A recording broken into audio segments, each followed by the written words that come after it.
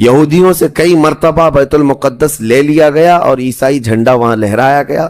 کئی 100 سال تک عیسائیوں نے یہودیوں کا داخلہ بھی بند کر رکھا تھا کہ کوئی یہودی پھٹکنے بھی نہ پائے. بیت المقدس تو چھوڑیں، یروشلم میں، فلسطین میں کسی یہودی کی انٹری نہیں تھی. عیسائیوں کا جب غلبہ تھا تو یہ کئی زمانے تک چلتا رہا. اصل یہاں پر کیا تھا وہ میں آپ کو بتا دوں. یہ بیت المقدس کا مسئلہ آپ کو سمجھنا اس لیے بھی ضروری ہے کہ آج پوری دنیا میں یہ ایک سب سے بڑا ایشو کیوں ہے. اس کی بنیاد یہ ہے کہ حضرت آدم علیہ السلام کے بعد سے وہ جگہ مقدس تھی، فرشتوں کی تعمیر کی ہوئی. لیکن جب حضرت داؤد علیہ السلام تشریف لائے تو آپ نے، چونکہ آپ کی حکومت تھی اس وقت، آپ بادشاہ تھے، آپ نے ایک مسجد تعمیر کرنے کا حکم دیا. لیکن آپ کے زمانے میں وہ کام نہ ہو سکا تو اپنے بیٹے حضرت سلیمان علیہ السلام کو انہوں نے حکم دیا. سلیمان علیہ السلام بادشاہ بھی ہوئے اور داؤد علیہ السلام کی کرسی پر بھی فائز ہوئے، اور وہ نبی بھی تھے، رسول بھی تھے، امت بھی تھی آپ کی. اور سلیمان علیہ السلام کو تو اللہ تعالیٰ نے ایسی طاقت دی تھی کہ وہ ہواؤں پر بھی حکومت کرتے اور جنات پر بھی حکومت کرتے. تو سلیمان علیہ السلام نے کام شروع کیا. یہ وہ جگہ تھی جہاں موسیٰ علیہ السلام عبادت کیا کرتے تھے. اس جگہ پر سلیمان علیہ السلام نے ایک مسجد بنانے کا حکم دیا اور یہ جنات بنانا شروع کرتے ہیں. اس کا ذکر قرآن پاک میں بھی موجود ہے. حضرت سلیمان علیہ السلام نے جب پورا ڈیزائن دیا کہ اس طرح سے بننا ہے تو پھر جنات تعمیر کرتے رہے اور جنات اتنا خوف کھاتے تھے سلیمان علیہ السلام سے کہ وہ ایک لمحہ بھی حضرت سلیمان علیہ السلام سے غافل نہیں ہوتے یا حکم عدولی نہیں کرتے. ہوا یہ کہ کام ابھی کمپلیٹ نہیں ہوا تھا کہ سلیمان علیہ السلام کا انتقال ہوا تو جنات بھاگ جاتے. لیکن اللہ کی مصلحت، حضرت سلیمان علیہ السلام لکڑی لے کر یوں کھڑے رہتے تھے، اپنا عصا لے کر کے کھڑے رہتے تھے اور کام دیکھتے رہتے تھے. جب تک سلیمان علیہ السلام کھڑے ہیں تیزی سے جنات بڑے بڑے پتھر لاتے تعمیر کرتے رہتے تھے. انتقال ہوا سلیمان علیہ السلام کا اور آپ ایسے ہی کھڑے رہ گئے. آپ کے کھڑے کھڑے وفات ہوئی ہے. اور اس طرح سلیمان علیہ السلام کی وفات کو سالوں گزر گئے لیکن آپ وہاں سے ہٹے نہیں کیونکہ کام چل رہا تھا. قرآن میں ہے، اللہ تعالیٰ فرماتا ہے جب لکڑی کو دیمک کھا گئی، کتنے سال گزر گئے ہوں گے. حضرت سلیمان علیہ السلام یوں ہی کھڑے تھے. ارے عام دوسرے لوگوں کی موت تو چھوڑو، نیند میں کھڑا ہو کر کے دکھائے. وہ اللہ کے نبی تھے کہ انتقال کے بعد بھی وہ کھڑے رہے. روایتوں میں کئی سالوں تک، 10 سالوں تک آپ کھڑے رہے اور اس کے بعد دیمک کھا گئی لکڑی کو تو لکڑی ٹوٹ گئی. تب سلیمان علیہ السلام زمین پر آ گرے. جنات اسی وقت جان گئے کہ یہ تو انتقال کر گئے ہیں. تب تک بیت المقدس کا کام کمپلیٹ ہو گیا تھا، جنات بھاگ گئے سب. یہ تعمیر، اس کو اصل میں بیت المقدس نہیں کہا جاتا تھا اس وقت، یہ ہیکل سلیمانی. یہ یہودیوں کے عقیدے کے اعتبار سے فرسٹ ٹیمپل ہے، پہلا مندر یا پہلی مسجد جو بھی ہے مقدس تھی. یہ ہیکل سلیمانی جو سلیمان علیہ السلام نے جنات سے بنایا تھا، اور سلیمان علیہ السلام کی کرسی جہاں لگتی تھی اس وقت حضرت سلیمان علیہ السلام نے جنات اور سرکش لوگوں سے اور جادوگر لوگوں سے سب چیزیں جادو کی چھین کر اپنی کرسی کے نیچے دفن کر دیا تھا. سب ختم کیا تھا کہ کوئی جادو ٹونا یہ سب چیزیں نہ ہو، کیونکہ یہودی جادو کے پیچھے بہت بھاگتے تھے، صرف جادو میں ہی دن رات. آپ نے سب دفن کیا اور اس کے بعد آپ کے انتقال کے بعد سالوں بیتے اور اسی طرح سے رہے. لیکن پھر یہ ہیکل سلیمانی کو ایک بادشاہ آیا جو عراق کا رہنے والا تھا، اس کی یہودیوں سے دشمنی تھی. اس نے ایسا حملہ کیا کہ پورے ہیکل کو توڑ ڈالا. یعنی جو جنات کا بنایا ہوا تھا اس کو مکمل طور سے مسمار کر دیا. ایک دیوار باقی رہ گئی، ایک دیوار باقی رہ گئی جہاں جا کر کے آج یہ یہودی روتے ہیں. دیواریں گریا اس کو کہتے ہیں. وہ اس زمانے کی ایک باقی رہ گئی، باقی پورا ہیکل گرا دیا. زمانہ بیت گیا، یہودی اس بات پر روتے رہے کہ ان کو مارا گیا، قتل کیا گیا، پھر عیسائیوں کا اس پر قبضہ رہا، پھر عیسائیوں سے یہودیوں نے ایک بار پھر حاصل کیا، پھر دوبارہ یہ ٹائٹس کے زمانے میں عیسائیوں نے مار کر کے پورے یہودیوں کو خون خون کر دیا، اور پھر بیت المقدس کچھ نہیں تھا، ایک دیوار تھی، ایک دوسری وہاں پر ایک چھوٹی سی عمارت بنائی گئی، اس عمارت کو یہ سیکنڈ ٹیمپل کہتے ہیں، سیکنڈ ٹیمپل، یہ دوسرا مندر، اور اسی کو عبادت گاہ بنا کر چلتے رہے۔ زمانہ بیتا یہاں تک کہ حضور صلی اللہ تعالی علیہ وسلم کی نبوت کا اعلان ہوا، پھر اس کے بعد 23 سال گزرے، پھر آپ کی وفات کے بعد صدیق اکبر کا زمانہ آیا، پھر سیدنا عمر فاروق کا زمانہ آیا۔ تقریباً یہ 26-28 ہجری کی بات ہے، حضرت عمر کے دور میں۔ پھر حضرت عمر فاروق کے دور میں جو فتوحات ہو رہی تھی، اسلام پھیلتا جا رہا تھا، تب صحابہ کے ایک لشکر کو حضرت عمر نے فلسطین بھی بھیجا، جس میں حضرت ابو عبیدہ بن جراح بھی تھے۔ تو ان صحابہ نے اس چھوٹے سے لشکر کو لے کر فلسطین کا معرکہ ایسا سر کیا کہ یہ عیسائی سب جان چکے تھے حالات کیا چل رہے ہیں، سیرنڈر ہو گئے اور کہا ہم جو ہے یہ بیت المقدس کی ساری چابیاں آپ کے حوالے کرتے ہیں، لیکن ایک شرط ہے کہ ہم آپ کے ہاتھ میں نہیں دیں گے بلکہ مسلمانوں کے امیر المومنین کے ہاتھ میں دیں گے، وہ آئیں ہمارے پاس۔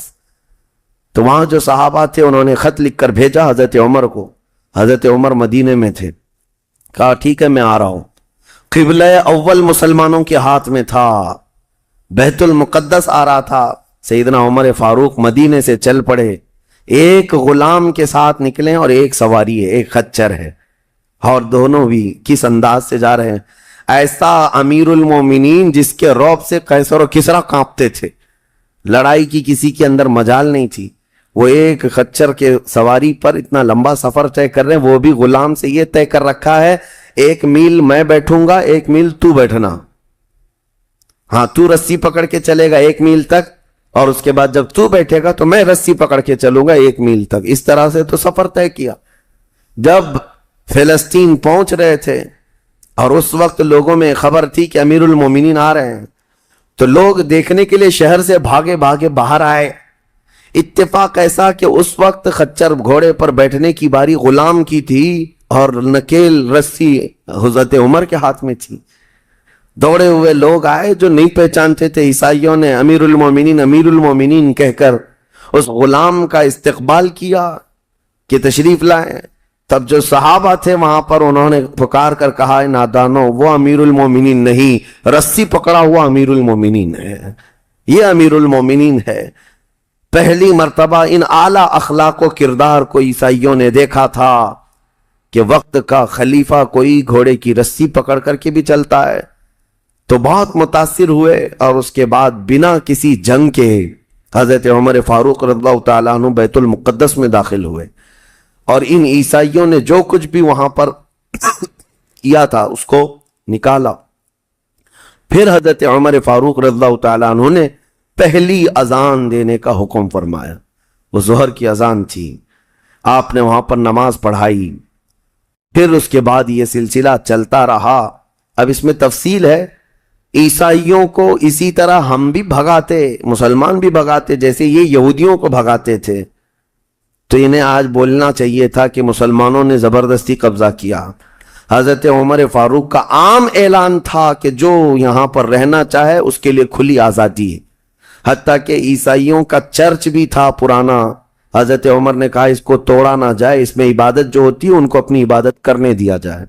حضرت عمر چاہتے تو اینٹ سے اینٹ بجا دیتے، نکال کر صاف کر دیتے، لیکن آپ نے کھلی اجازت دی، اور عیسائی ویسے ہی باقی رہے۔ 400 سال تک یہ سلسلہ چلتا رہا۔ پھر فاطمی دور آیا، یعنی بنو عباس کی خلافت ختم ہوئی، فاطمیوں کا غلغلہ تھا، انہوں نے خلافت سنبھالی، لیکن وہ مضبوط نہیں تھے، کمزور خلیفہ آئے، جس کی وجہ سے صلیبی طاقتیں جتنی بھی تھیں سب آ کر کے اس خلیفہ پر قبضہ جما لیا، اور بیت المقدس میں اجازت پہلے مانگ لی کہ ہمیں آنے جانے کی اجازت دی جائے۔ جب آنے جانے کی اجازت مل گئی تو پورے علاقے پر زبردستی غاصب قبضہ کر کے وہاں سے سارے مسلمانوں کو ختم کر دیا۔ بہت مسلمانوں کا قتل کیا۔ فلسطین کی سرزمین یہودیوں کے قتل سے بھی بھری ہے، مسلمانوں کے قتل سے بھی بھری ہے، اور یہودیوں نے عیسائیوں کا بھی قتل کیا ہے، لیکن مسلمانوں کا قتل عام کر کے یہ زبردستی فائز ہوئے ہیں کس پہ؟ بیت المقدس پر۔ یہ قبضہ جو ہے 87 ایئرز تک چلتا رہا، 87 سال تک۔ یہ اس وقت کا المیہ تھا کہ مسلمان خلیفے تھے، گورنر تھے، بہت سارے حکمران تھے، رونا روتے تھے، لیکن کوئی آگے بڑھنے کو تیار نہیں تھا۔ کردستان کا ایک شہزادہ صلاح الدین ایوبی جو نور الدین زنگی کے شاگرد تھے اور ان کی فوج کے سپاہی تھے، ان کو یہ روزانہ خبریں تھی کہ بیت المقدس میں سب کچھ اجاڑ دیا گیا ہے، مسلمانوں کی اذان بند ہے، وہاں نہ جمعہ کا خطبہ ہو سکتا ہے، نہ ہی عبادت کے لیے وہاں پر نماز پڑھی جا سکتی ہے۔ ایک دن گزر رہے تھے، انہوں نے ایک لکڑی کا ممبر بنوایا اور پھر عزم کر لیا کہ یہ ممبر میں بیت المقدس میں رکھ کر کے رہوں گا اور اس سے خطبہ دیا جائے گا۔ وہ ان کا عزم تھا اور اس پر لے کر کے چلتے رہے۔ تقریباً آپ نے 17 جنگیں لڑی ہیں، 17 جنگیں لڑی، اور صلاح الدین ایوبی کو جو درپیش مسائل تھے وہ کہا گیا ہے کہ پہلے تو انہوں نے جو روڈ میپ بنایا تھا اس حساب سے ان کو 2 سال کے اندر یہ جنگوں میں فتح کر لینا تھا۔ 2 سے 4 سال کے اندر ان کے دماغ میں یہ تھا کہ بیت المقدس کو میں حاصل کر لوں گا، لیکن فرماتے ہیں کہ اپنوں کی مخالفت اتنی تھی، جگہ جگہ سے کوئی مسلمان بیٹھا ہوا ہے، نواب بیٹھا ہے، کہیں کوئی کسی چھوٹے علاقے کا خلیفہ، کوئی گورنر، سب پکڑ پکڑ کر کے ان کی ٹانگ کھینچیں، ان کے فوجیوں میں ورغلائیں اور الگ الگ وسوسے ڈالیں، جس کی وجہ سے پہلے اپنوں سے بھیڑتے بھیڑتے آپ کو 18 سال لگ گئے۔ بیت المقدس پھر پہنچے، صلیبیوں سے معرکہ آرائیاں ہوتی رہیں، پھر وہ 87 سال کے بعد صلاح الدین ایوبی نے دوبارہ بیت المقدس کو ان عیسائیوں سے پاک کیا اور آپ نے وہ ممبر وہاں پر لگایا اور تاریخی خطبہ عطا کیا تھا۔ اس کے بعد وہ بیمار ہو گئے صلاح الدین ایوبی رحمت اللہ تعالی علیہ۔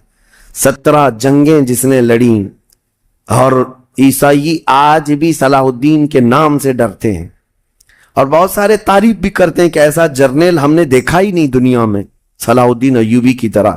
وہ خون کا پیاسا نہیں تھا، وہ امن کا پیاسا تھا۔ کتنے تو قیدی ایسے آتے تھے جن کو وہ صرف ایگریمنٹ کر کے آزاد کر دیتا۔ عیسائی اس بات پر آج بھی اقرار کرتے ہیں کہ جنگوں میں قید جو ہونے والے کو کوئی چھوڑتا نہیں ہے، لیکن صلاح الدین ایوبی ایک نہیں لاکھوں لوگوں کو آزاد کیا ہے، 1000 بھی نہیں، لاکھوں لوگوں کو آزاد کیا ہے۔ صلاح الدین ایوبی رحمت اللہ تعالی علیہ، اللہ ان کی تربت پر کروڑوں رحمتیں نازل فرمائے۔ حیرت کی بات یہ ہے کہ ان کا آخری وقت آیا تو رونے لگے، بستر پر رو رہے تھے۔ لوگوں نے پوچھا کہ کیا بات ہے؟ صلاح الدین ایوبی کہتے میں نے منت مانگی تھی اللہ سے کہ اللہ بیت المقدس فتح ہو جائے تو میں حج پہ جاؤں گا۔ کہا تو پھر کیا ہوا؟ کہا میرے پاس اتنے پیسے نہیں ہیں کہ میں حج کر سکوں۔ یہ وقت کا وہ عادل حکمران جس کی تاریخ عدل سے بھری ہوئی ہے، لیکن یہ بھی تاریخ ہے کہ مال لوٹ کر کے اگر اپنا محل بنایا ہوتا تو صلاح الدین کے بہت سارے آج محلات ہوتے، لیکن وہ آخر وقت بستر پر اس غم سے رو رہے تھے کہ میرے پاس حج پہ جانے کے لیے پیسے نہیں ہیں۔ جس کے زیر نگیں کتنے علاقے آتے تھے اس وقت، بہت سارے علاقوں کا وہ خلیفہ۔ لیکن میرے عزیزو، اسلام کی سچی تاریخ ایسے ہی خلفاء سے ہے، ایسے ہی خلفاء سے نظام ہے۔ پھر یہ زمانہ چلتا رہا، تقریباً 800 سال گزر گئے، 1921 آیا، 1921، یہ جو گزری ہوئی سینچری ہے ابھی ہماری، یہ فرسٹ ورلڈ وار جب ہوئی، پہلی جنگ عظیم، اس جنگ کے دوران یہودیوں نے زبردستی اجازت مانگی برطانیہ کو ثالث بنا کر کے، کیونکہ جب ترکی کی حکومت ختم ہو گئی، جس کو خلافت عثمانیہ کہا جاتا ہے، جب وہ کمزور ہو کر گر گئی، کیونکہ ان کا دبدبہ تھا، یہ آخری خلافت ہے جو زمین پر تھی، اگرچہ خلافت کے نام سے جو مشہور رہی، تو حضور صلی اللہ تعالی علیہ وسلم کی وفات کے بعد سے لے کر یہ ترکی کی خلافت عثمانیہ تک اس روئے زمین پر خلیفہ ہر زمانے میں کوئی نہ کوئی رہا، لیکن 1921 سے لے کر 1921 سے لے کر اب کا زمانہ آ گیا 2023، اتنے سال 100 سال گزر گئے، پوری دنیا میں اب کوئی خلیفہ مسلمانوں کا نہیں رہا۔ بادشاہ تو بہت سارے ہیں، امیر المومنین اور خلیفہ کے نام سے اس روئے زمین پر اب کوئی نہیں۔ ان ظالموں نے ہماری خلافت کے نظام کو مار ڈالا، ختم کیا، خلافت کو زمین سے ختم کیا۔ اب لوگوں کو نیا لگتا ہے کہ خلافت کا مطلب کیا ہے۔ خلافت ایک نظام ہے، پورا نظام ہے۔ جب ڈیموکریسی ایک نظام ہے، کمیونزم ایک نظام ہے، تو اسی طرح سے خلافت جو ہے میرے مصطفیٰ کے نظام کا نام ہے۔ جب یہ ختم ہوا تو پھر